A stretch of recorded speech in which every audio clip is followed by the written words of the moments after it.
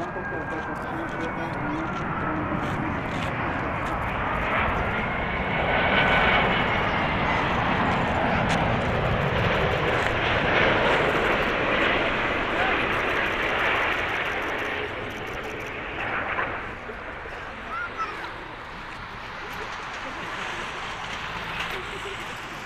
この後ですが、着陸機は全簿機が続く予定です。大山航空551にソウルインセンター到着します。貨物機がまもなくプラネアムを通過いたします。